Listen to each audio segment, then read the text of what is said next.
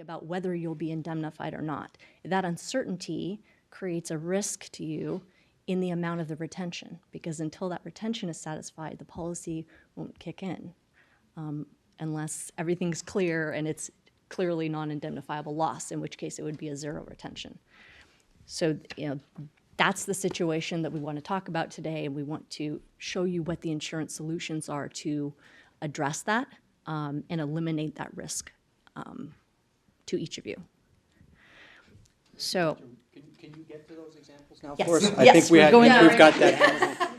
absolutely. Maybe get to, So, Can we bind it this, can we bind it this afternoon is what you're asking? yeah. no, I'm not saying that at all. I don't make that judgment.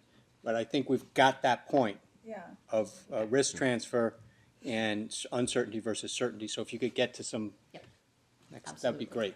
So, what we call this coverage is dedicated non-indemnifiable loss coverage. So we're calling it non-indemnifiable loss, but the reality is this particular policy that we're talking about has a broader definition of non-indemnifiable loss than your traditional coverage. And what that means is it's going to cover a situation where indemnification is not permissible, not required, but also refused or denied.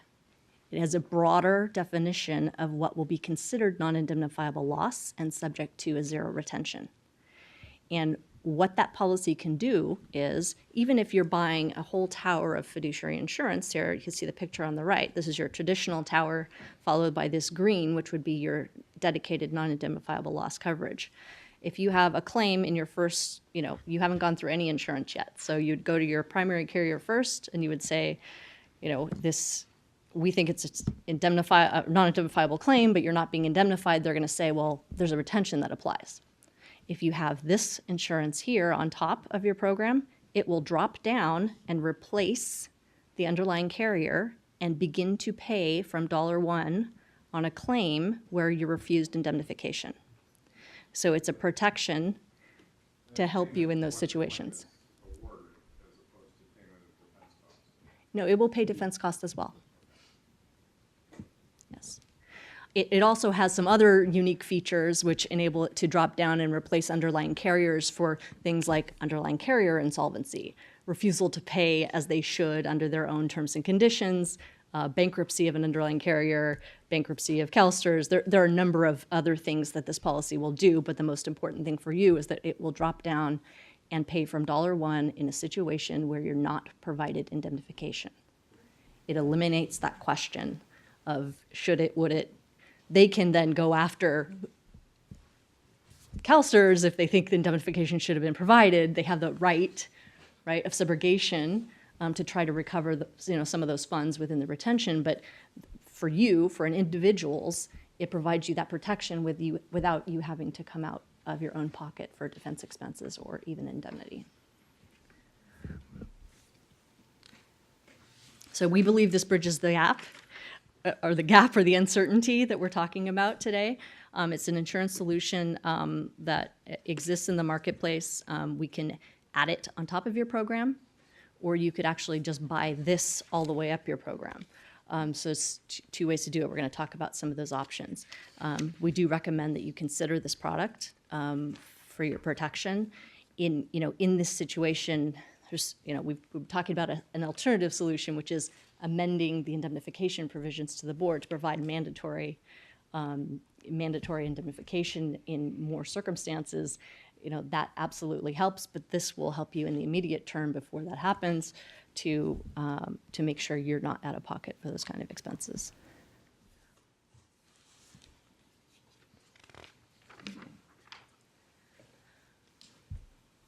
So then moving on to program structure.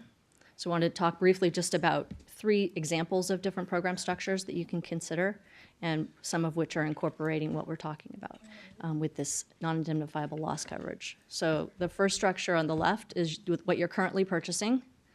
This is a traditional fiduciary liability policy as described earlier, where there's a delineation between indemnifiable and non-indemnifiable, and that determination determines whether there is a retention that applies. That type of coverage covers the plan, the individuals, and the system, and it is very, very traditional type of coverage. The second option includes what we've been talking about in terms of the dedicated non-indemnifiable loss coverage that could drop down and pay from $1 in a situation where indemnification was denied. So that can be structured as an additional layer on top of your current program in whatever limit that you want. We would probably recommend a limit that either mirrors or exceeds your retention amount, because then that takes the risk away of having to come up with any part of that retention. So that's the way you could structure it, and you can adjust the limits if you want to take the premium down to find the money to pay for that. But that's a situation where you could, What's the general increase in cost for the second option versus option one? A range? So we've estimated 10,000 a million for that non-indemnifiable loss coverage, and that may be high, but that's just the estimate that we use to come up with the numbers here. Did you say 10,000 to a million? Per million. Oh, per million. Per Okay, I million was like, of coverage. That's a really broad. So about $100,000 for 10 million in coverage. Like I said, that could be high. We're trying to take into account in making those estimates the fact that your indemnification is not quite as broad as sometimes a private sector company where they're writing this kind of coverage all the time, and so they're going to cost a little bit The more. cost of the system in option two that says recommended reduces the uncertainty. That's correct. Does it shift the risk? Shifts the risk. And at what is the annual dollar cost to the system? Approximately. If you don't change your limits or retentions, Correct. we estimate that it's approximately $10,000 per million of coverage that you would buy, and it could be less than that. But so if you wanted to buy 10 million, about $100,000 to the system. Mr. Rosenstiel?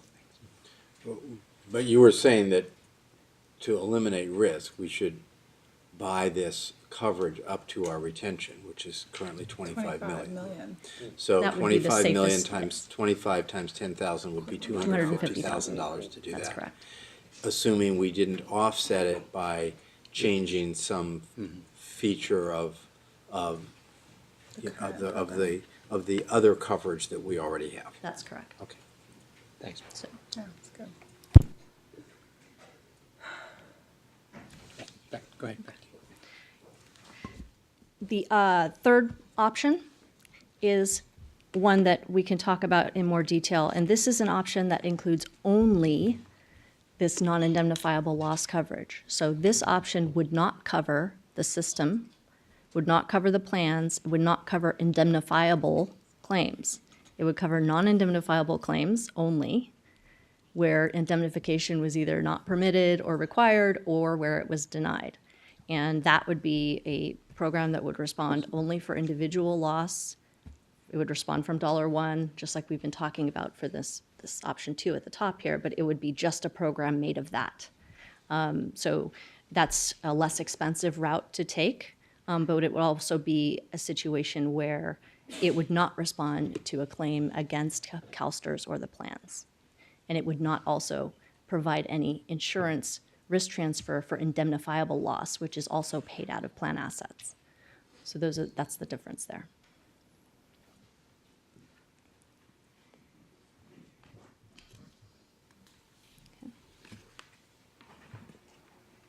So then circling back to those initial questions that we talked about, who should be insured?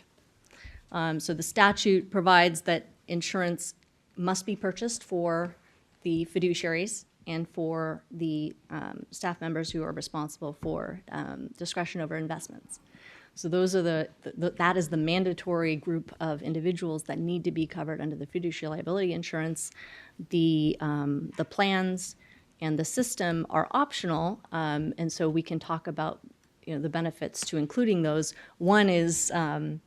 Unterman's comments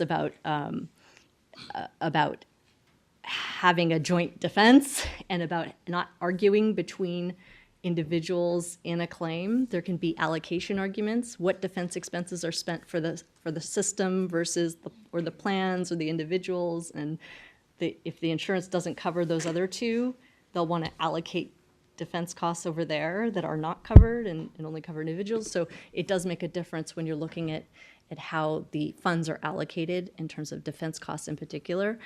You can avoid that by negotiating some language in the policy that says all defense costs are indemnified or advanced. So that's something that we could work into the program as well. So who's an insured? So that's one key consideration that you'd need to make. If you do not want to cover the plan or the system, you could consider a non-indemnifiable loss-only tower that would just respond for individuals. Okay. Before you continue, Mr. Rosensteel? So can you explain why we might not want to cover losses to the system and only cover losses to individuals? And maybe Gabor and Harvey could comment on that as well. Sure. So a couple considerations, and I'll let Harvey and Gabor comment as well. From a mandatory insurance perspective, that's the only thing that you have to purchase pursuant to the statute. So that for sure you have to purchase is the individual coverage. For the plans, you have significant plan assets available to CalSTRS. So we would suspect that most claims could be covered within plan assets. So if you take that line of argument, then it just depends on how much of that risk you want to transfer over to insurance, or if you want to transfer any of that risk over to insurance. How severe do you think a claim could be? And that could determine what retention you take. Maybe you only want to insure for catastrophic loss, so you take the retention up even higher, and then just buy the limit for that unlikely scenario that might happen that would be a very large loss. So that's protecting the plan assets against a claim or the system. I mean, the system could be a defendant as well. So I think as you're thinking about it, think about what your obligations are, and if you want to transfer risk to plan assets through insurance, most claims that you get are going to be indemnifiable claims.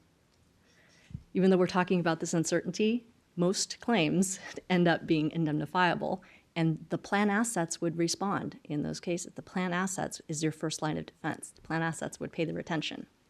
And so buying insurance to protect the plan assets is one consideration. So if you want to...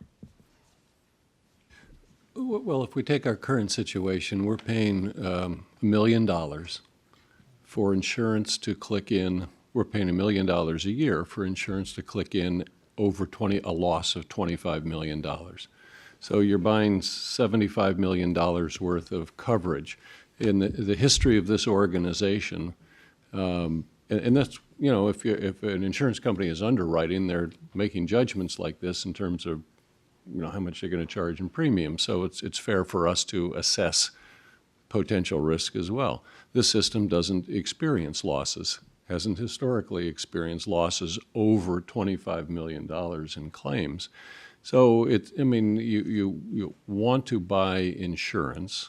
It makes sense to insure the assets of the system against some catastrophic claim. We do need to keep in mind that this is only the fiduciary policy. This isn't errors and omissions. This isn't slip and fall, premises liability, or anything like that.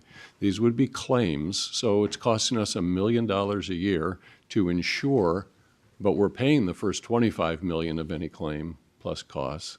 And so what we're buying is that once in a world lifetime potential loss to the system greater than $25 million. You buy insurance because you worry about those kind of events. But to answer your question, Paul, it's really it's a judgment call as to what you're comfortable with. And frankly, how comfortable would our stakeholders be if we did? Now, many public and private plans, many public plans are self-insured. And they just look to the assets because their loss experience is like this one. It's not great. CalPERS has a self-insurance plan for system losses like that. So it's not unheard of in the public sector as well as the private sector. It's just a question about also how comfortable would our stakeholders be knowing that the assets of the system, even in a catastrophic situation, are not covered by third-party insurance. And I would also add that, I mean, while it doesn't kick in until 25 million, it stops at 75 million. So, you know, so that means it really just pays us 50 million? Is that right? No, the coverage is 75. It's 75 on top. over So the 25 to okay. 100 million Okay, loss is covered. So we get 75 million, but the plan assets are 190 billion, so, you know, 120, that's 1/25th of a percent. I mean, even if we had a catastrophic loss that would have otherwise been fully covered by the insurance policy, the hit to the system that we would have avoided would be roughly 1/25th of a percent of the plan assets. So I mean, I think it's not only historically the lack of likelihood that there are claims that would get above 25 million, but even if they got up to 100 million, the coverage isn't covering an amount that would be catastrophic to the fund. Something that would be catastrophic to the fund would be like $20 billion, not $75 million, which, you know, is 4 basis points. We, you know, gain or lose 4 basis points on our investments, you know, every day, every hour. On Monday. Right. So I mean, I think whereas for those of us on the staff and on the board who dedicate their time to the system, 75 million is catastrophic. That is I'm sure it's catastrophic to quite every single one of us. So I mean, so the idea is that while the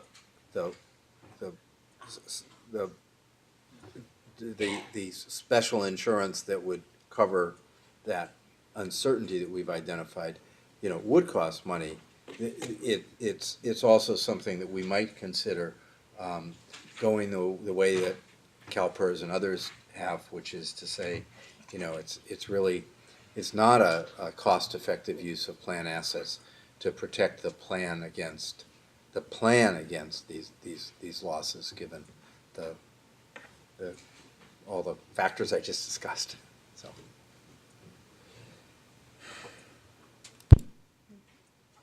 We're back to you. So the second question, what coverage options should be included? We've already been talking about. Do you purchase coverage for the plans? Do you buy the non-indemnifiable loss on top? Do you buy only non-indemnifiable loss coverage? Those are key considerations as you're looking at the renewal. And then what is the appropriate retention? So your loss history would suggest you're not subject to frequent claims by any means. So your current retention reflects that risk philosophy of, you know, higher retention would suggest that you're insuring for catastrophic loss and not for frequency. And I think that's appropriate. If you wanted to, you know, take that down, you certainly could. There would be a pricing consequence. You could also take it up to a higher number.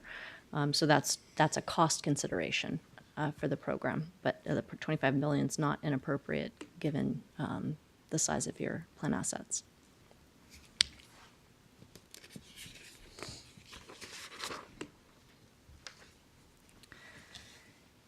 And how much limit? Just to follow your comments, Paul. You know, 75 million is not really catastrophic for the plan, but it is $75 million of protection against claims, and you haven't seen a claim that's come anywhere near even the 25 million retention. So there could be value in that, certainly, but you know, that number, if you look at benchmarking data in terms of companies with similar size plan assets, it's conservative purchase relative to that peer group. So it would suggest that, you know, 50 million is maybe the median of peers that we have in our client base based on plan assets. So, you know, taking it down to 50 would certainly be appropriate. Keeping it at 75 is certainly appropriate as well. It's not the highest, and it's just a conservative purchase. And we've given some estimates on cost. I think the main difference is what we've talked about in terms of the Side A, or the non-indemnifiable loss coverage. Adding that to your current program does incur a cost. Building a program made solely of that would save you significant dollars, because you wouldn't be covering the plan or indemnifiable loss at that point, and the insurance would be much more efficiently priced.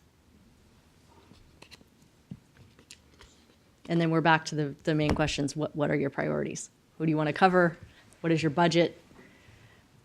What's your risk transfer philosophy? Do you want to protect the plan assets, or are you comfortable with your loss history in just protecting the individual and focusing on coverage for individuals?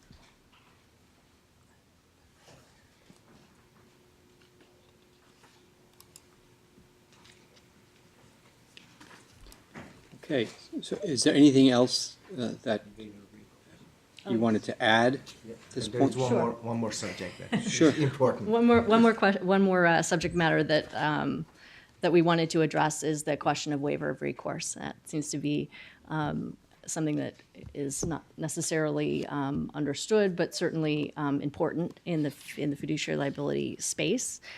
So the way the coverage works, the statutory scheme says you can buy insurance for the system and the individuals.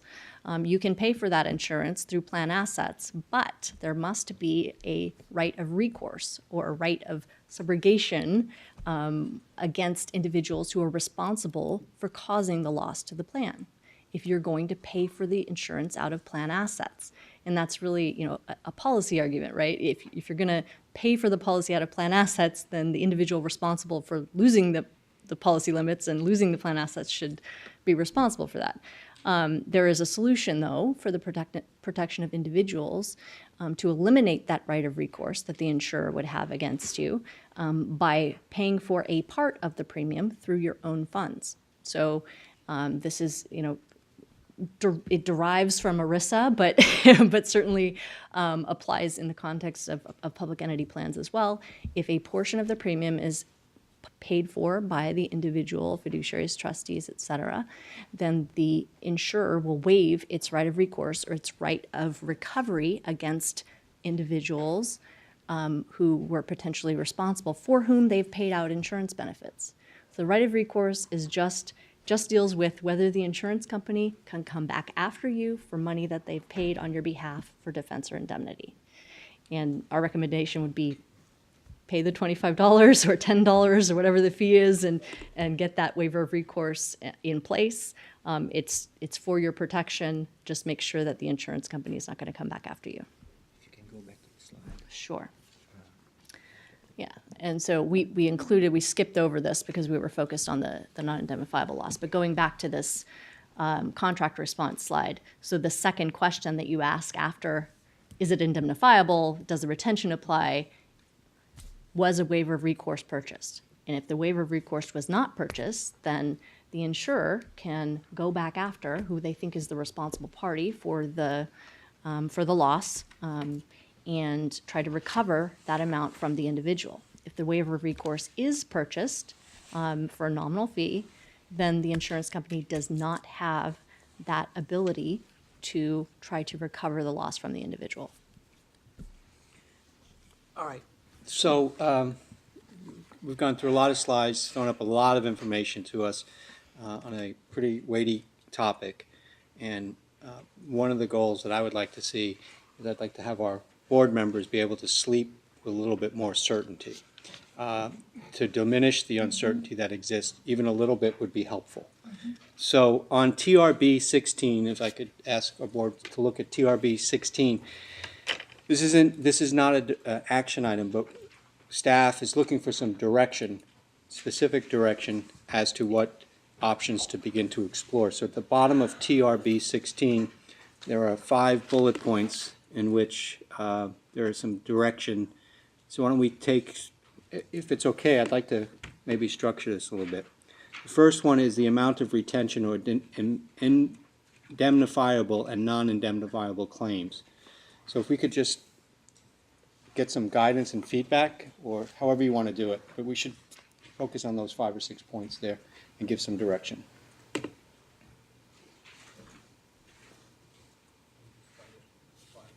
Sure. If everybody could just TRB, on my slide it's TRB 16. The 5 bullet points. The, I think they're kind of interrelated, so it's hard to answer, to respond to one without sort of responding perfect. to the whole You want to open it? package. Yeah, you want to go at it, Paul? You want- Sure. Go ahead. I've- Take first swipe. Go, take the first I'll shot at take it. the first- Great. First shot at it. Yep. I think it's essential for, that we address this uncertainty. So whether we have it as a side A that is on top of the traditional insurance or not, I think that we have to have that. I think the amount, I'm not sure we've gotten it. If we had the traditional insurance, then to get it for the retention amount would seem to be the obvious solution. But if we don't have the traditional, then I don't really know what the number should be. And I don't think we've really been given a whole lot of direction on that. So I don't know if there's any guidance that you can provide on that.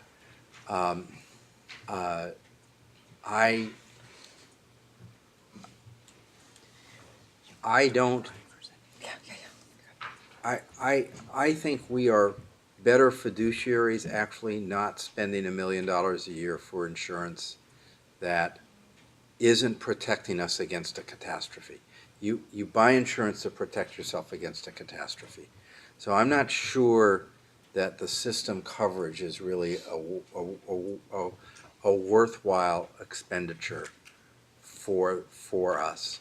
And so, you know, if that's modified or reduced or maybe brought down, you know, if we want some amount of coverage, but that's what I think you spend insurance money for, is for a catastrophe. You buy a retention that, you know, when I buy auto insurance, I buy a retention that I think I can afford, so that I can reduce my insurance costs. Because what I really want is I really want protection against a catastrophe, and so that's kind of the way I look at it here. I think what I will say about the waiver of recourse.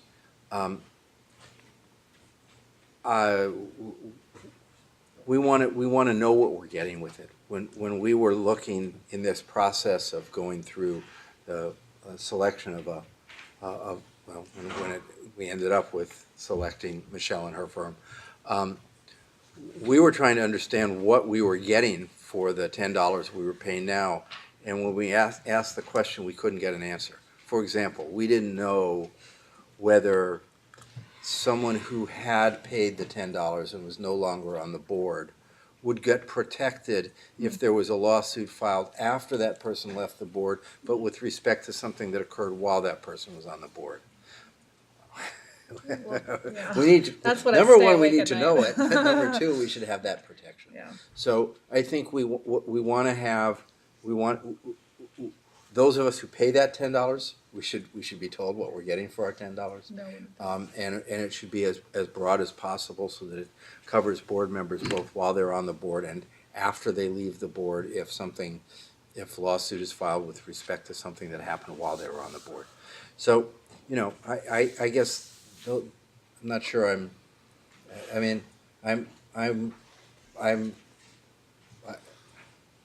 not sure I've given you numbers, but I think I've given a sense of where I think the priorities are. Okay. All right, Mr. Unterman, I think you're going to weigh in. Tom, you want to push that button? There you go. Yeah, so I think these are interesting. I'm not sure they're the right package of questions, just given the discussion we've had. So clearly, tail protection has to be there. Clearly, mandatory advancement has to be there, and I think we have to come back with a policy where there's mandatory advancement by STRS as well as in the insurance policy. Otherwise, basically, all of this is very academic because none of us can satisfy a $20 billion judgment and all that sort of stuff. So those two things, in my view, have to be in the package. Once we get past those, and that probably means that once we get past those issues, then I guess we get into cost-benefit analysis as to the size and the size of the retention. And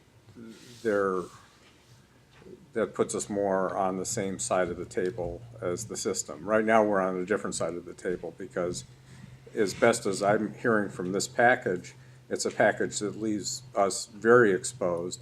And that as I think back to my days as a lawyer, I would tell people you should not serve.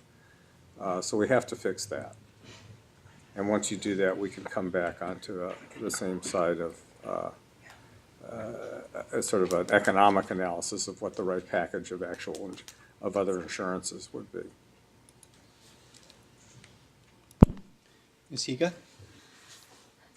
So I generally share the comments that both Paul and Tom have made, and I, just sort of reflecting on this today, I think I think it would be good for us to consider the question of whether our coverage should focus, primarily on board, investment staff, executive leadership, as opposed to the system. I think those are good questions that we should analyze further and kind of think about what the benefit is that we get from the cost of the premium.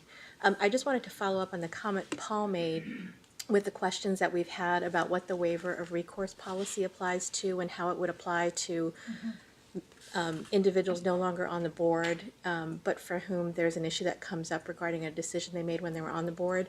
I guess I'd like to make sure that we understand how that applies to the coverage in general, not just to the waiver of recourse issue, and just making sure that we are clear and comfortable with how the fiduciary liability coverage will work in that instance as well. Yes, Victor. Go ahead. Chime in. Again, I agree, that's a good point. And the other question about it is how that interrelates with the system's obligation to indemnify us in the event of they're seeking recourse, or they're then saying, well, yes, but we can pursue the individual. Because they insure the system. Any other questions or comments? Okay, seeing none, I'll try to summarize. And I know Mr. Rosensteel has been part of the work to date, and Paul, I'm going to ask if you'd be so kind as to continue to be the voice of the board, working with staff on this matter. Thank you very much, Mr. Rosensteel. So a couple of issues that I think we want definitely some clarification on is the mandatory advancement, which I understand is more an internal policy issue as opposed to the insurance coverage. It doesn't matter where that's addressed, but that clearly needs to be tackled. The waiver of recourse, I think, Mr. Unterman, did you refer to that as tail risk? No, that's something Separate. That's Can- for when you leave. That's when you leave, you're covered. So we want some clarity on that. And that depends whether it's a period coverage or claims paid coverage. Yeah, this is a claims made policy, right? Yes, it is. So there's no concern there, is there? These are claims made policies. They are claims-made policies. So there's not a, They do continue to cover past directors, officers, employees, back to It's the your opposite of the other continuity, kind of right? insurance that you So normally as long as you continue to purchase insurance, it's going to cover past individuals who Yeah. served as well. And then with respect to waiver of recourse, that's a separate question. But I've spoken with several insurance companies that write primary on this coverage all the time. They all give me separately the same answer, which is when you buy the waiver of recourse for the current trustees, they consider that to be a waiver for all insureds, and insured includes past directors and officers, so they would consider that waiver to apply to past directors. But we think it will be advisable to have clarification in the wording, and we can work with the insurer to provide that clarification in the policy wording. Very good. And the cost-benefit analysis and the shifting of risk, reducing the uncertainty, who gets the transfer of the risk. Paul will work with you and to continue being the voice of the board on this item. I don't think there are any other major, Jack, go ahead, I Mr. just Enos. wanted to ask Michelle, is this because our next meeting's in June, and we'd have to bind the coverage, like, right? Is this doable in a decision structure in June? I mean, is this, or can we get through what you've heard today at the next meeting, or do you see we have one more iteration left of the whole board meeting? So one thing that we're hoping for is some guidance on what direction you wanted to focus on, but if that's not possible, then we can provide you with some various options to consider for the June meeting, which then you can make a decision on. So in terms of timeline, if Mr. Rosenstiel starts to spend a little bit more time on this issue and being the voice of the board working with you, it's possible that working with staff, he then can update us between now and June. Is that possible for that to happen within our structure? So he could give us updates as to some of the thinking, some of the ideas, so we're not receiving the options the week before, but we're getting stuff and being updated. So long as we're not deliberating, right? It could be presented to us as informational As long as it's a one-way communication. flow of Paul information.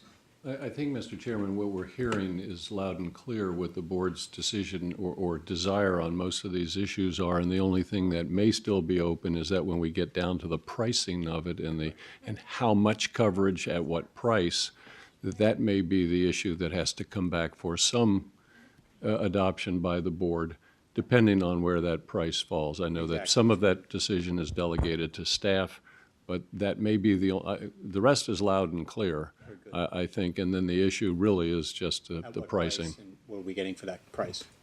Thank you, Mr. Liedman. All right, seeing no other, I do have, I'm sorry, but there's two people, Ms. Hendricks and then Mr. Rosenstiel. And I know Paul wants to comment. I'll let Paul comment on Harry's comments. I think my only comment is around time, just partly because I think I came on the board when Paul came on and we started talking about this issue then.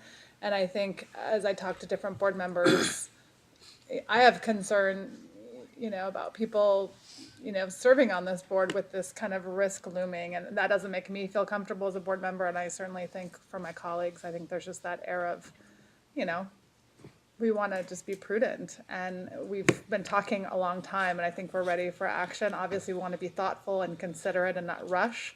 But I feel like, it's really important for us to kind of close this loop as in a timely manner as possible. And so whatever we can do to expedite the process so we can make decisions around cost at the June meeting, I would support. Mr. Rosenstiel, last word. Yeah, I mean, I think that what we can have at the June meeting is a couple of different options with their pricing, and then we Right. can decide which one we want. And so I don't see why that shouldn't be, eminently feasible, and I can work with Harvey and Gabor and Michelle, and we can decide what those, what that menu of options should be based on the conversation that we've all been involved in here. And then I think the board, can discuss it That'd be terrific. and debate the cost-benefit analysis of the various options and choose one. Mr. Hunterman. Yes, but I think also in June, and not to be a broken record on this, but that's all very well and good, but unless Out the of staff pocket. is prepared with something very concrete and with legal opinions that it's binding about advancement from the system, this whole thing, I mean, is nice, but it is non-responsive as far as I'm concerned, so. Can I suggest that Maybe you Tom and then? Tom. That Tom be the board member who works to make sure that, work with staff. If he's to make agreeable sure to there's that. something that is responsible. Yeah, and I'm happy to talk to Harvey too, but I mean, that's Why don't we do this? That's Paul, the why guts don't you of it. remain as the liaison, because you did the work to date, and then, Tom, if you could speak directly with Harvey Sure. on that one issue. Sure. To And make knowing sure that, that's addressed. that's, yeah, and Right. thanks for Because raising that sounds it. like a non-starter, so we need to, Yeah, yeah. I mean, that's really That's not okay, basic. Harvey? All right, Okay, excellent. thanks for the presentation. We're gonna take a break until Thanks, 4 Michelle. PM, and we'll start at Thank 4 you. o'clock with John Stanton with the Federal Report. We have a couple of items to get through the rest of the afternoon. I'd like to see if we can get through the remainder of the agenda that we have listed for today so that we can get a fresh start tomorrow with the interviews for fiduciary counsel. So with that, I'm going to turn it over to Ed Derman and John Stanton, who's in from Washington. Yeah, to see you. You have John come out once a year to sort of give a in-person summary of what's going on in DC. So in the interest of time, I'll just turn it quickly over to John, who's been with us for many, many years, as he'll explain at the end of the presentation. Yeah, we'll do that at the end. Yeah. Yes. We'll end on that note. Yes, that'll very be good. our Yes, crescendo. it'll be our crescendo. And I'll try to move through this briskly. I mean, some of these items are more important than others, but I try to give kind of a comprehensive agenda because things sort of ebb and flow in Washington in terms of level of activity. So I want you to be able to have kind of the full picture, some of which is more or less active than others. But these are kind of roughly the topics, and I'll try to move through them briskly. If you have questions, want to drill down a little bit, I'm happy to respond. Just to give you kind of a quick overview, to help give you a framework for analyzing what's happening in Washington. When I spoke with you in November, I tried to do that in the wake of the election. You know, what were going to be the likely sort of push and pull of forces in Congress, particularly that would dictate how issues would be dealt with. And one of the points I made then, which I think has really been sort of borne out in terms of shaping what Congress has been able to do or not do so far, and also for the balance of the year, and that is divided government. But it's divided government not in the traditional sense, but really a whole series of sort of factional rivalries, starting with the House GOP leadership against what the Wall Street Journal editorial page has aptly named the Cliff Marchers Caucus, which is about 40 or 50 people, members of the House, that just want to have a fight. And so you've seen the difficulties that the speaker's had in corralling his own crowd. But a similar push and pull over in the Senate. You've got about 7 or 8 Republicans who are running in blue states for re-election. So obviously they're trying to run statewide. They're trying to have a more moderate appeal, and they're up against the changes from day to day, 4, 5, 6 GOP hardliners who are running for president. So there's that dynamic going on in the Senate, which has split the Republicans over there. Then, of course, the House Republicans think the Senate Republicans aren't tough enough and pulling out the stops and getting bills through. It takes 60 votes to pass a bill in the Senate of any consequence. The Senate keeps trying to teach the House Republicans math, about 60, and all the strong desire doesn't necessarily turn out to 60 because they don't have 60 votes in the Senate. And then that's finally get to the battle between the congressional GOP and the administration. And it's that push and pull, and how in any particular issue that push and pull is resolved really will determine the fate of the issues that they're going to have to deal with. The budget, they've managed to get a budget which is in the federal sense is just a broad outline of kind of the total pie. It doesn't go back and slice it up about particular programs. That's called budget reconciliation, which comes later. But right now, the House and Senate have their own kind of differing budgets, GOP budgets, but they've got to meld the two. And then the process is assigned to each of the committees to go out and find the specific savings or revenue increases to meet those targets. But they're going to have a series of challenges coming up with the Highway Trust Fund reauthorization and Memorial Day, which could become a vehicle for infrastructure. We've already reached the debt ceiling, the limit on the capacity of the federal government to do borrowing. And that's a anniversary that passed almost without attention in the press because the administration has been embarking on what are called extraordinary measures to stave off the limit on borrowing capacity. Extraordinary measures would cause the governor of California to be indicted if CalSTRS tried to do this sort of thing. They basically have taken all the federal retirement funds and invested them in these special treasury obligations in order to generate fresh borrowing capacity. They've got appropriations to deal with on the spending side, regular order, a dozen bills to get through by year end, and then depending on what the Supreme Court does, they may have to come back and revisit the Affordable Health Care Act. Next issue is, it's been banging around for a while, the new development of consequence is that sponsor is now chairman of the Senate Finance Committee, which has responsibility over public plans. And he's been pushing, Senator Hatch, he's been pushing for some time this legislation that would be a substitute for public sector DB plans. And his idea is that it's the responsibility for retirement security should be shifted away from the employer in terms of risk. And so he's proposed what would be a voluntary program based on use of private sector life insurance annuities. And it's kind of an odd mechanism. Every year, the employer would say, okay, I've got Ed, 20% Ed's compensation. Let's see what an annuity would buy with that amount of money. And every year you'd have an auction for these annuities to purchase, in effect, future retirement income for the workforce. And, you know, you'd be at the mercy of fluctuating interest rates. There's no planned trust. None of the federal pension protections would apply. And it's the key thing, which seems to be lost in the shuffle, is that whereas CalSTRS members have, in effect, the full faith and credit of the state behind them, this would be just funded by state guarantee associations, which Jack will remember from his prior incarnation as insurance commissioner is really just sort of a kiss and a promise.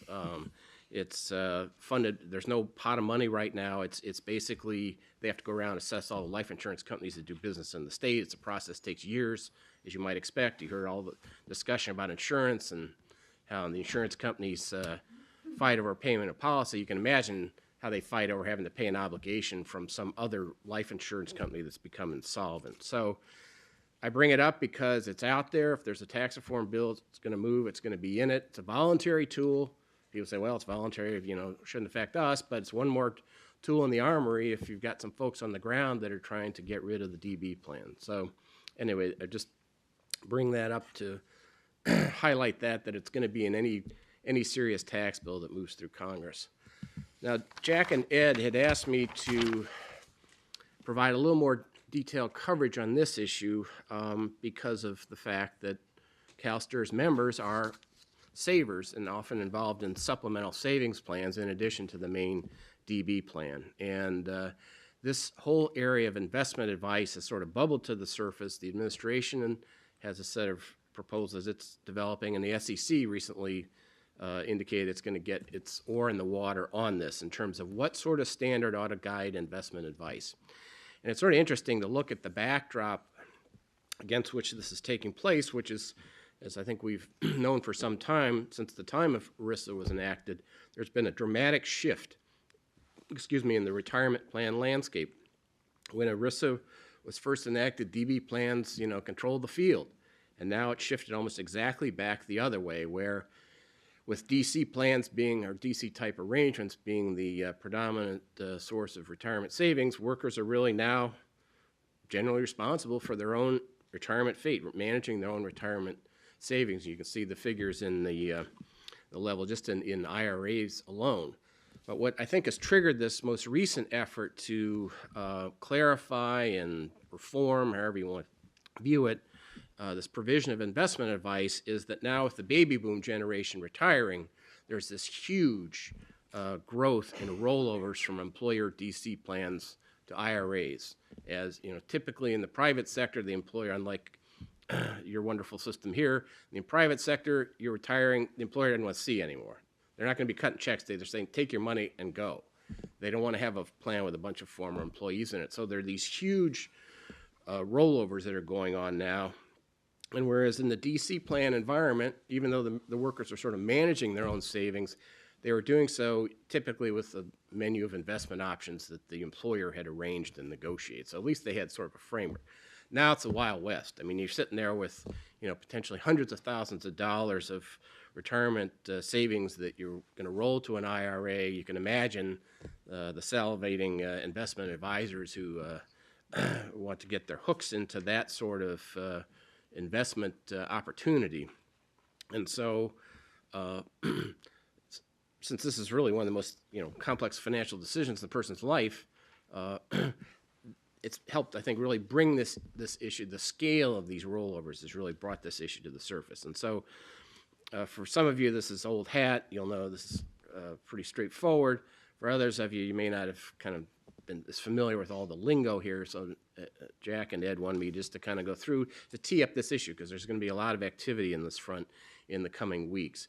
And that has to do with the difference in the standards that apply to financial advisors, kind of depending on how they operate and how they're compensated. The registered financial advisor is really sort of a fee-for-service arrangement. In that situation, the duty to the client is a fiduciary duty of loyalty, care, and serve the client's best interest. The broker-dealer, who's often the most common source of investment advice for these people doing the rollovers to IRAs, is compensated in other means, basically by way of investments that the client makes, fees, commissions, the whole variety of revenue sharing. They have a much more diluted duty to the client, which is that the investment that they recommend has to be suitable given the client's investment profile, age, income, net worth, risk profile. And so the administration is set out to try to, in its sort of words, crack down in this area. They put out, the Council of Economic Advisors has put out what they term a study, but is really just based on a survey of the literature about what, in their parlance, conflicted advice, what sort of cost that inflicts on investors, or retirement investors. And basically they define conflicted advice as where the advisor is giving the advice is being paid based on the investments that the client makes. And again, based on a survey of literature rather than any quantitative work they've done, they come up with this idea that based on the types of products in which investments are made, they're supposed to be kind of conflicted products, if you will, because the advisor's gotten a piece of the action based on that investment, that supposedly it's a $17 billion annual cost per year. I mean, you can take that for what it is. It at least gives you some idea of the scale of what's going on here in terms of these investments. And they've come up with calculations about. John, would you hold on a second? Sure. Thanks. I just Ms. wanna- Hendrick has a question for you. Or a Well, comment. I did want to just jump in because I think this comes back to you, Adam. We've had these conversations before, at least in California with teachers here, that I think that distinction and that education around, when teachers are looking for financial advice around supplementing their CalSTRS pension, that's a huge distinction that John just, connoted. And I think that's as we talk about, financial education for our members, or that's the piece I'd like for us to work on with pension too, is just, I just think that's so critical for our members to understand that when you're, somebody's getting a percentage of whatever you invest in it, they're not going to necessarily have your best interests at heart.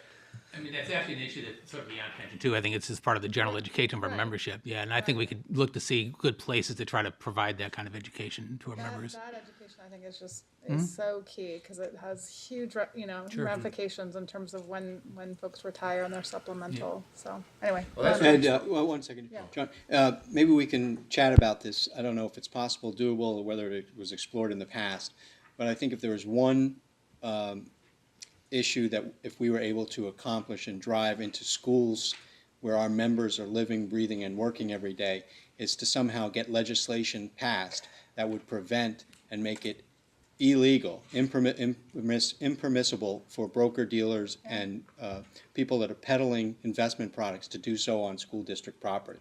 And we could talk a little bit about that further. Yeah, But there is think- legislation that could lead to that, that actually will be presented to the board in June, that's sponsored by CTA, but, that it could end up being a byproduct of that. And I'm sure it'll be an interesting discussion in the legislature about that. Sure, it will be interesting. Thanks, John, back. I'm glad you focused on the distinction, because that's the thrust of what these proposals are trying to bridge, this gap between fee-for-service, duty of best interest versus just suitable. And so the administration, it was a little sort of puzzling. Normally, when you are announcing you're going to sort of deal with an issue or take care of a problem, you announce how you're going to do it. Instead, they said, well, we're going to send proposals to OMB for review, but in the meantime, we'll tell you broad principles. So, they're not showing much leg. They're probably not even showing the ankle here, but at least they give you some kind of general sense of what they're going to try to do, which is to make, anytime you're receiving retirement investment advice, it has to be a best interest standard, because one of the items that came out of the administration's study was there were polling that the vast majority of Americans thought whoever they were dealing with for financial advice had to have their best interests at heart, and so they don't realize there's this kind of behind the curtain compensation going on. So basically, the administration would focus on retirement investment advice and impose a best interest standard. The advisor would have to disclose conflicts that are inconsistent with that. Now, they say they're not going to ban common compensation practices. They're going to have sort of a principle-based exemption. So how they kind of do all that and balance it out will be an interesting exercise. They don't want to disturb the fact that, advisors can give general education on retirement savings, have these seminars, well, this is what an IRA is, that kind of thing. So it's probably going to be months before we hear what it is they really have in mind. I think they're being very cautious politically because last time the Labor Department, which has purview over RISA, which is where this all kind of comes in, they tried to do this. It was hugely controversial, and the Wall Street investment community, as you might imagine, was just levitating over all that. So I think they're trying to be sort of cautious. The SEC now, I think, maybe got preempted a bit by the administration, and they now are going to be active in this area. The SEC Chair White announced that they were moving forward. They're going to take a broader focus and focus on any sort of personalized advice to any retail investor. So that would affect, your active working members too with their own investments. They seem to be running parallel to the administration. It's not clear that they're going to end up with the same kind of approach. The SEC chair said they want to build on the current fiduciary duty that registered investment advisors have to do, and that they would give clear guidance about what was permissible in terms of business practice and what was not. And then the hammer was going to be they were going to actively examine broker-dealers in particular on their compliance. So it would become part of the SEC examination. So I think they're saying we're going to be serious about this. We're not just going to articulate a bunch of bromides and then sort of leave it unenforced. So that's an area that I think will be quite active in the coming months. You all can decide whether you want to weigh in. I mean, it's the sort of thing that you, as you just discussed, your members have in a broader sense of retirement savings since they're involved in supplemental plans, and they'll have potentially the same sort of rollover situation to deal with to the extent the employer makes them take their money and go when they retire. But in any event, I think the education aspect of it is very important. Just quickly, infrastructure with the highway bill, the highway trust fund about ready to be exhausted. Infrastructure investment and the crumbling infrastructure in the U.S., this has really helped elevate this infrastructure issue to the fore. People are still not quite clear on what they want to do about it, how they're going to fund it. They don't want to raise the gas tax. There's been talk about trying to tap the offshore, U.S. multinationals' offshore earnings, which has been controversial. Congressman Delaney, who, as we've discussed in past meetings, he's got a bill out there. It's got pretty broad bipartisan support that would kind of create this whole big fund that would have loan guarantees, loans, equity investments to try to leverage these offshore earnings to achieve about a $750 billion pot of money or guarantees to fund infrastructure. They'd allocate part of it to public-private partnerships. They'd have pilot programs on these regional infrastructure accelerators like the West Coast Infrastructure Exchange, which I know Chris has mentioned in the past. How all this is going to sort of shake out remains to be seen. House Ways and Means Chairman Ryan has suggested that they might use the highway bill as a vehicle for tax reform, and so it's possible that some of this offshore earnings could be tapped toward infrastructure spending in the highway trust fund, which is something that the administration has also supported. The administration, for its part, has taken a more cautious approach. They've kind of reintroduced these Build America bonds, which I think were seen as quite successful during the quote stimulus period. They've taken a more targeted approach with kind of changing some of the technical tax-exempt bond rules that Paul has to deal with every day in his business to try to sort of remove impediments to public-private arrangements where the ownership remains public, but there's a more active private sector involvement in the management of it.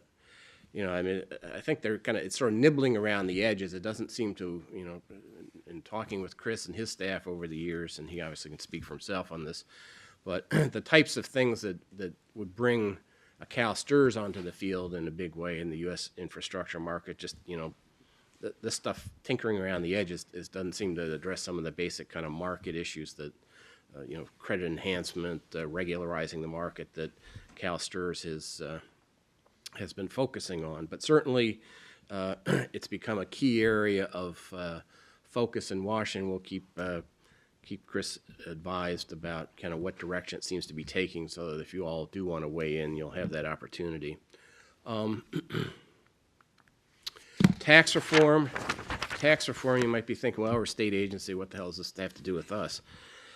Actually, it has a potentially significant impact, because one of the things I've spent the last 25 years helping the national public pension groups do is craft rules that are tailored to the special needs of state and local plans, because they're much different in many respects than private sector plans. And right now, there are all kinds of special rules for public plans. You're completely exempt from the ERISA funding rules, for example. And I think the concern is, in a tax reform environment, one of the the basic principles is, why do we have all these special rules for special people? Why can't public plans live under the rules that everybody else does? And I think all the kind of bruising that occurred during the meltdown when public plans funding was perceived to be in jeopardy, and their ongoing existence and the sense of crisis, I think really changed the perspective of a lot of members of Congress. So the fear would be is in tax reform, they're saying, hey, look, let's simplify it. Let's have a one-size-fits-all approach for all public plans, including applying the funding rules. And the fear that you have in a tax reform environment, I mean, everybody says, well, they'll get so far down the track and then the process will bog down. But what you don't want to have is a situation where they've drawn a line that you're on the wrong side of, because that's where they'll start at that point next time they take up tax reform. So I just want to kind of highlight why we actually do have a dog in this fight. Supplemental retirement plans, there are a whole bunch of different kinds, 457, 403B, our members are in. They all have these little special rules that accommodate some need that public employees have had given their kind of career profile. All that could be just lumped together, again, sort of a one-size-fits-all supplemental retirement approach that, you lose all these kind of special rules. In a tax reform environment where they're, looking for all kinds of conceivable sources of revenue to pay for lowering the tax rates, employer pickups could be on the table. The federal employees, they make their contributions on an after-tax basis. So this was intended to, approximate how deductible contributions are made in the private sector side. But, $4.8 billion over 10 years, that's an appealing pot of revenue. And if you're saying, well, why are all these special rules for special people? Let's do away with them. So that could obviously have a significant impact in terms of Cal STRS members' after-tax income. Again, tax reform could be a vehicle for Chairman Hatch's annuity-based retirement bill. I don't think it's going to include this. The administration proposed to have an overall cap on how much you could accrue under all plans. That just never seemed to go anywhere, and so I think that one would not be picked up.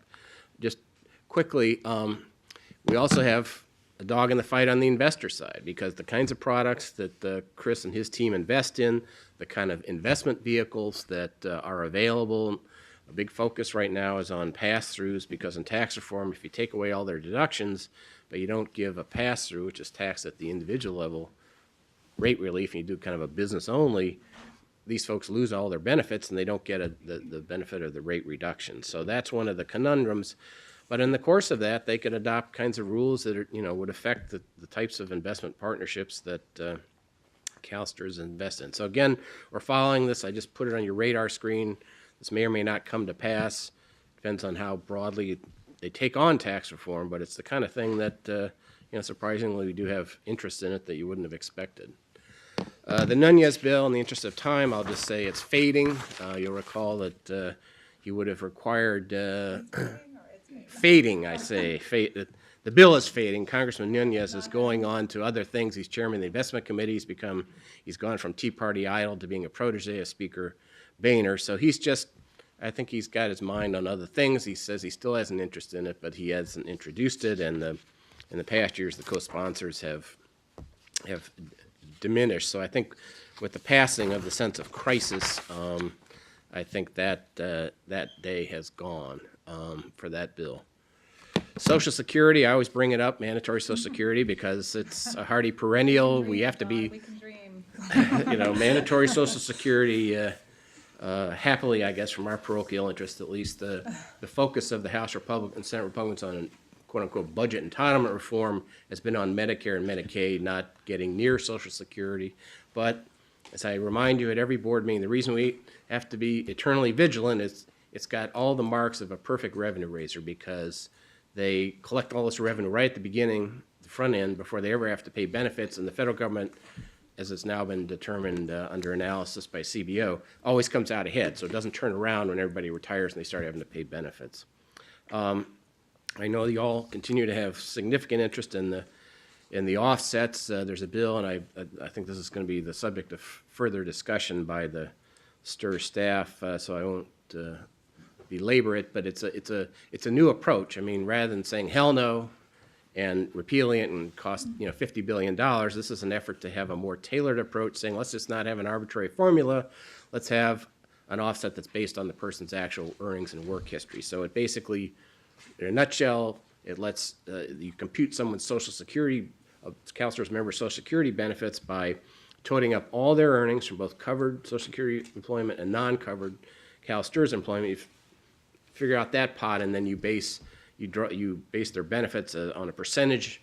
That's the percentage of earnings that were covered by Social Security. So at least they get the benefit of the total, the benefit being based on the total pot. And it's designed to have sort of a tailoring effect. There's some quirks in the way it all works, which there'll be, I think, a further discussion by Ed's team later on the board meeting.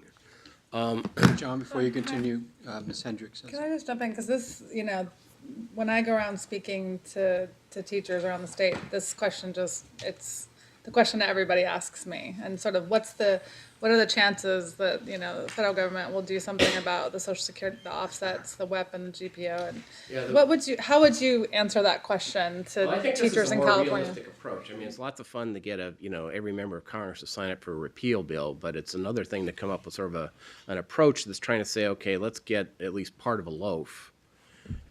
This is a bipartisan bill. You got two very respected members of the Ways and Means Committee, Kevin Brady, who's a conservative Republican senior member, and Richie Neal, who's a fairly liberal but clear-eyed Democrat who's seen as a very responsible voice. And I think what they're trying to say is, rather than having people get snared this arbitrary formula they can't even understand, at least they could kind of understand this calculation. I don't know exactly how the revenue cost of this shakes out. I mean, the big problem before with the offset bills is that it was so expensive because of the broad repeal efforts.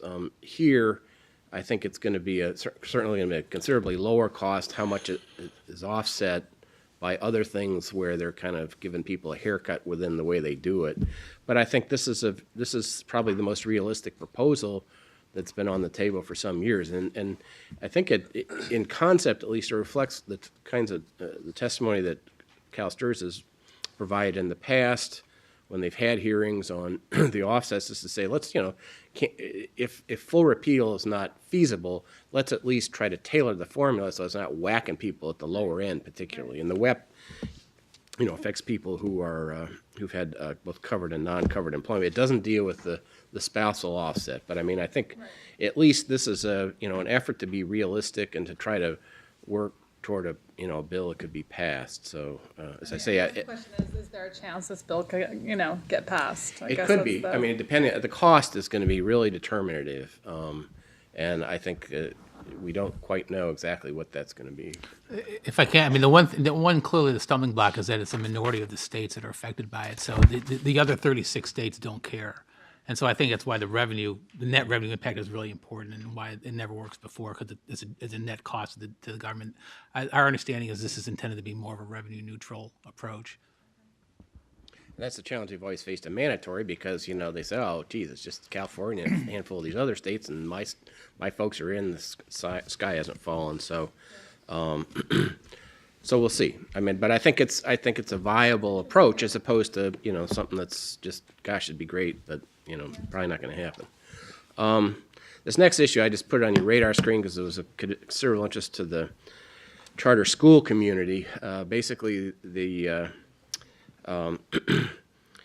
IRS decided to undertake a definition of what governmental plans are for federal tax purposes. Now, I think up until that point, people have been applying the Potter-Stewart bromide that, I know it when I see it, but really the importance here is that it's keys to the kingdom for all these special rules that are beneficial to governmental plans. If you don't qualify as a governmental plan, you obviously don't get access to them, and the presence of just a few folks in your plan who don't qualify as governmental employees can cause the whole thing to collapse. And so the IRS sort of, again, a solution in search of a problem, set out to try to define this, came up with all these tests that raised the hackles of the charter school community because it was so confusing as to whether they would qualify. And so what the IRS has done is they've tried to put out the immediate fire by putting out this interim guidance that appears to address the charter school problem. And so that immediate flashpoint seems to have gone away. I think this will now sort of sink back into the bog and probably never be heard from again. But at least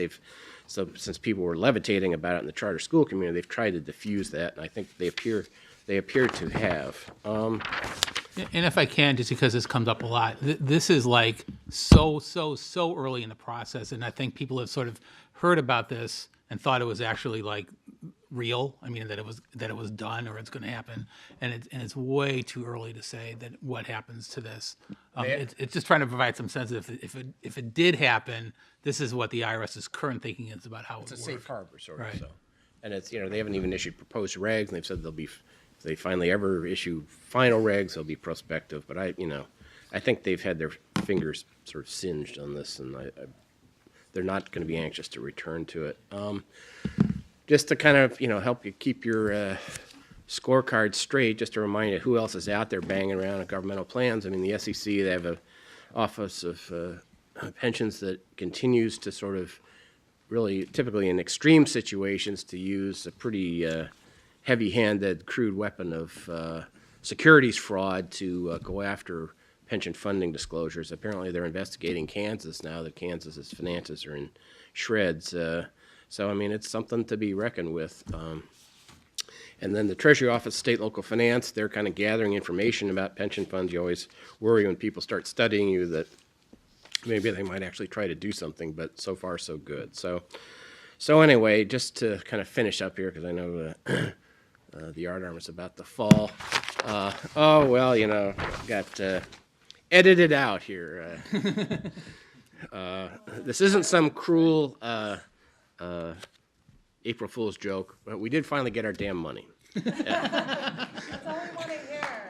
I lost the real zipperoo on the last slide. I was going to leave with a bang after 25 years on this issue, but anyway, I'm happy to report that after 25 years, with the great help of Dan Siegel of the Attorney General's Office and Dave Walrath of CRTA, we've been able to get the last installment of Elk Hills funds. So hopefully the words will never have to cross my lips again in an open meeting with you all. But some might say people have made a career out of this issue. But just in a nutshell, because this is particularly to recognize the contributions of Dan and Dave, because happily, we've kept the team intact for 25 years. No member of Congress died.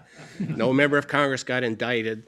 We had our whole team intact. Senator Feinstein, who's now entering her 80th year, House Majority Leader Kevin McCarthy, who took over the mantle from Bill Thomas, who really willed this to happen. So, people say 25 years. I mean, were you just trying to milk this for the fee? No.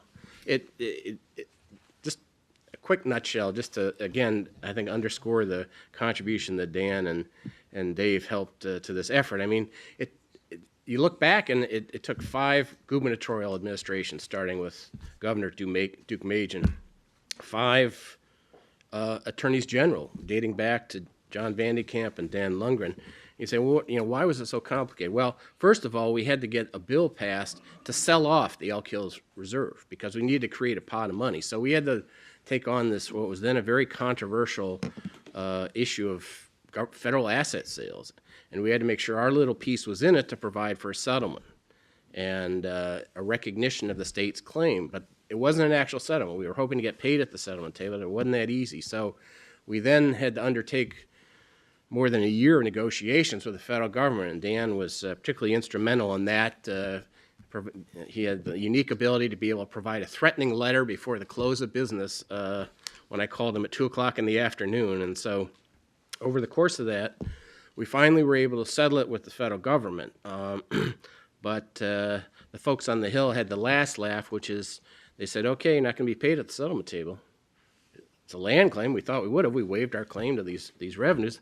They said, no, you got to take 9 installments, each of which is going to require a congressional appropriation, a separate congressional appropriation. And they're just giggling behind their hands like, those guys are never going to get that money. And sure enough, the first year, it wasn't in the bill. It wasn't in the House bill, wasn't in the Senate bill. And it was at that point it really came home to me that most members of Congress would get up an hour early just to be able to stick it to California. So this was seen as some sweet deal for California. It wasn't in either bill. So there we were. It was in December. They had what's called in the Washington parlance the conference report, the House-Senate conference report. They take the House bill, the Senate bill, they meld the two into a final bill that's not amendable. And we weren't in it. And it was the first payment, so it was a real sort of reckoning about, are these guys going to be able to bring it off or not? Well, God bless him, Bill Thomas went down to the House floor, and after a brief conversation with Speaker Gingrich, about a half an hour, this unamended bill passed with the Elk Hills funding now in it. So, you know, I've never wanted to challenge fate, so I don't widely broadcast that, but now that we've gotten all of our money, Dan has written a letter to DOE. They've had promised payment by the end of the month. I mean, we're 6 months into it, several months after the legislation's passed, so they're holding on to it as long as they possibly can. My theory was they're going to pay us in dimes. That's why they're taking us so long in this last $15 million. But anyway, we can finally put a period on the end of that sentence. I don't have to end with any more apologies, any more contrived stories or excuses about why it hasn't passed. Thankfully, all of our members are still there, and I think Senator Feinstein and Leader McCarthy really owe them a great deal of gratitude. We've reached out to them. The system has written letters of thanks, but if you happen to cross paths with them, we certainly should express our appreciation again. So with that, I salute Dan and Dave. Made quite a triumvirate, and I think it's a testament to the high quality of the California civil service that we have. Dan, he felt once we got our money, he could now retire, but he's become a rehired annuitant here, and he's back working in the Attorney General's office. So we just wanted to have him come today and thank him for and Dave as well, because Dave, every time we needed the marshaling of the grassroots army, he was there. So my hat's off to them, because it was a tremendous help to me in Washington to have the home folks on the field. So with that, I'm done, Mr. Chairman. Thank you, Mr. Stanton, and congratulations to you and everyone that stuck with it all the way through. 25 years, long time.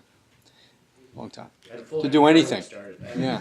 100 pounds lighter, too. Yeah. Any questions or comments for Mr. Stanton from Washington?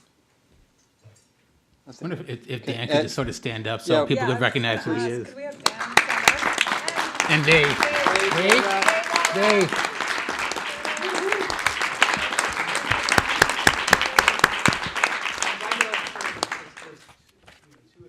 Why don't you use the microphone there? Come to the, Yeah, microphone there. Dan Siegel from the California Attorney. How do you turn this on? Also, Dan Siegel, California Attorney General's office. If I could just say, John has done just an incredible amount of work and an incredible job of this. It seemed year after year looked like things were not going to happen.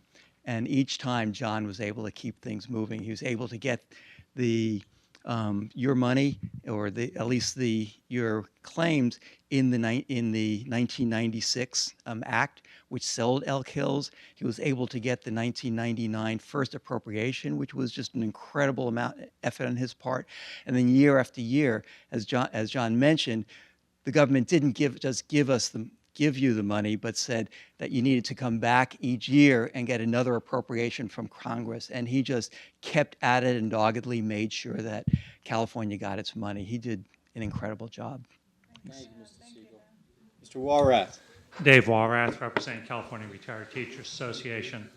I want to echo what Dan said, and also to compliment this board and all the prior boards for your commitment. You kept pushing and pushing and pushing. You kept having John involved. You had your staff involved from the various CEOs, Ed, everybody else here. Without that type of backing from you, we would not have been as successful as we were. Last comment, none of us really wanted to spend 25 years on this. We thought 4 or 5 would have been adequate. But thank you for your consistency and persistence on this. We appreciate all of it. Thank you. Thanks very much. So Ed, what's the total number? Is 315 million? $315 million. Total And people were in this fight for 25 years? Yeah. to get through. That's when, yeah, we sold it in the 90s. It's incredible. That's absolutely. I mean, it dates back to the Teapot Dome scandal, and actually, the state had pressed its rights earlier, and they said that, well, you waited 8 years too long, and so got poured out in court, and so that was my first assignment. You know, we won the RFP, I show up for the first assignment, I'm sitting here 25 years ago, and they said, you know, we got this first assignment for you. Oh, you heard the words Elk Hills. I said, Elk Hills? Yeah, it's a case we just lost in court. We need you to go to Congress and get our money. I said, well, how much money are you talking? $100 million. $100 million. $100 million a case you lost in court. I mean, this is going to be a long and productive client relationship. But there you go. You know, we just kept ahead, and it turned out to be $315 million. Yeah, no, I've sat at bargaining tables and I have colleagues of mine say, we just have to get this deal done. We've met 8 times. Yeah. I can now tell them, well, 25 they took years. 25 years. We can go back for one more meeting. That's a long. One more meeting to see if we can get a deal done. Ms. Geiger, and then we'll finish. I was going to say, I mean, it's interesting that, you know, in the course of a very few months, we took care of the funding of the DB program, which took us 10 years to get done, and Elk Hills, which took us 25 years to get done. So it's been a pretty good year for funding it, benefits. I guess I'll be more patient on the LA Pat Freeways, Geiger. huh? Retired teacher. John, we're going to be doing now. What are we going to do with all those postcards that we've been writing? Thank you very much. We appreciate it. Thank you, Pat. Very good. Thank you very much. Ed, anything else you want to? Okay, thanks, John. Thanks, Ed. Thank you, John.